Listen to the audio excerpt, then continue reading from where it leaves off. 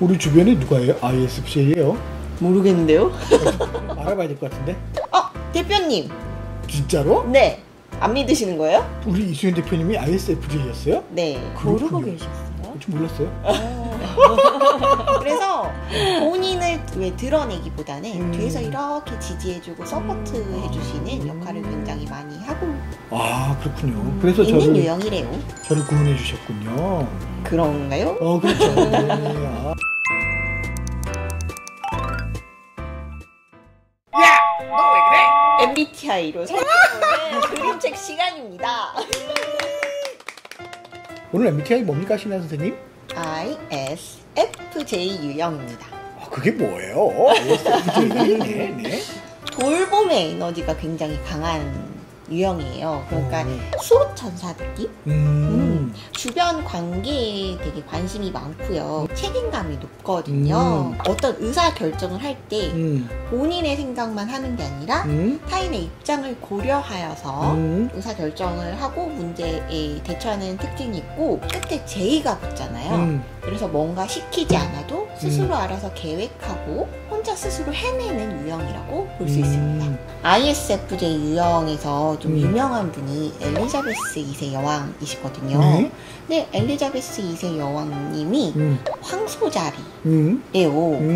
그래서 ISFJ는 황소자리들이 많을까? 이런 말도 나눴거든요. 이수연 대표님도 황소자리라서? 네, 근데 ISFJ 유형들이 제일 주 기능, 그러니까 1순위 기능이 감각이에요. 오감이 발달해. 네네네. 그래서 황소자리들이 많지 않을까라는 생각을 했어요. 네. 그렇군요. 또 그렇게 연결이 되네요. 네. 그래서 이수연 대표님 그렇게 입만 열면 맛있는 거 ISFJ가 나오는 그림책으로 지금 2권을 소개해 주시는데요.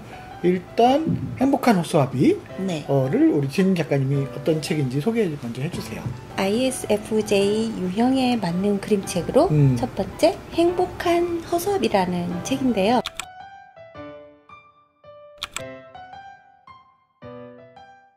허수아비의 주요 업무는 까마귀 쫓는 일이 주요 업무인데 허수아비가 쫓아야 될 까마귀를 품는 이야기인 거예요. 품고 키우는. 네, 그래서 허수아비 안에서 알도 낳고 어떻게 보면 쫓아야 될 상대를 속셈 없이 품는 거예요. 그래서 제가 여기서 읽은 거는 어떤 속셈 없는 사랑인데요.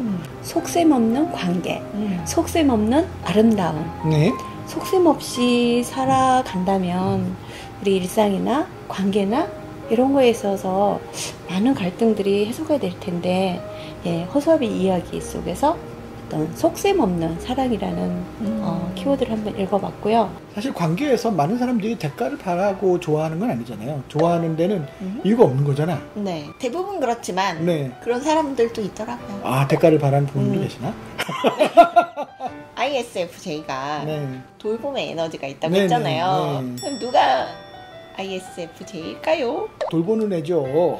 허수아비죠. 맞아요. 네네. ISFJ는 누군가를 도와줄 때도 전면에 나서진 않아요. 그러니까 뒤에서 묵묵하게 도와주는 스타일들 있죠. 그러니까 표 안 내고. 네, 늘 그 자리에 있는 허수아비가 사실 까마귀를 쫓아야 되는데 품어주잖아요. 그래서 딱 봤을 때 ISFJ 유형으로 보여졌습니다. 그 다음 그림책은 사랑의 하모니카인데요. 좀 소개해 주실 수 있을까요? 네.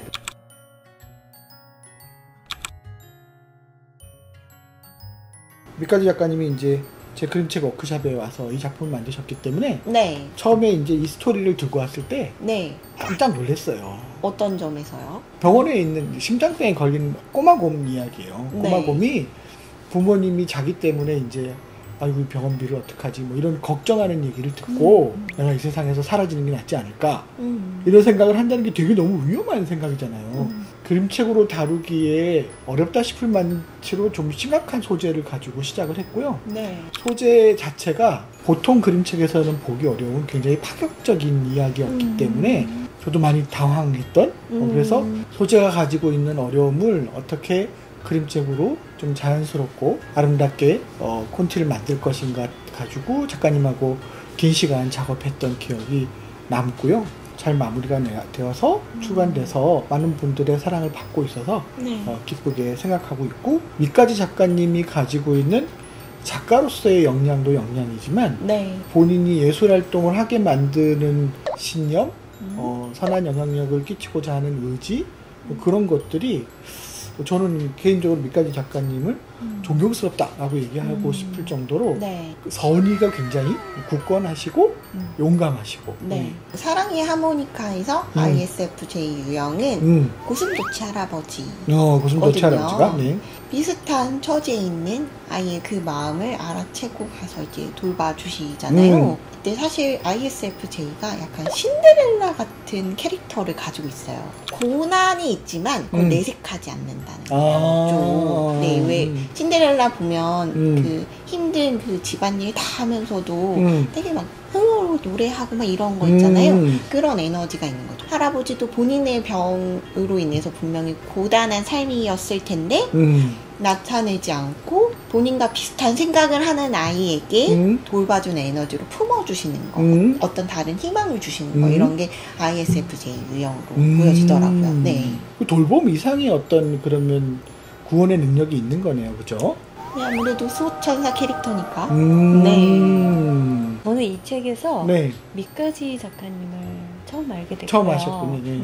미까지라는 성함이 되게 궁금했어요. 필명이시죠? 네, 필명이신데 네. 작가 프로필에 보니까 미까지에 대한 설명이 나오는데 네. 그걸 보니까 미까지 작가님이 이 ISFJ의 그 돌봄형 주인공이시다라는 생각을 했어요. 작가님 네. 자체가. 네네, 맞습니다. 그래서 또 실제로 현실에서 또 그렇게 하고 계시다니까. 네, 그렇네요.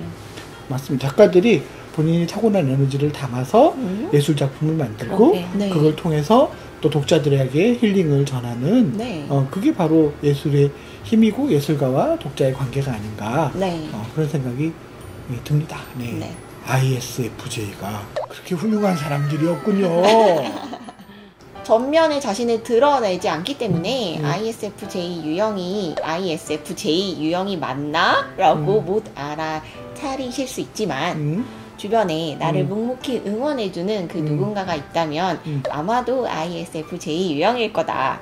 그러니까 알아서 잘 챙겨주셨으면 좋겠다 라는 말을 해보면서 네, 다음 시간에 또 뵙겠습니다. 네, 여러분 안녕.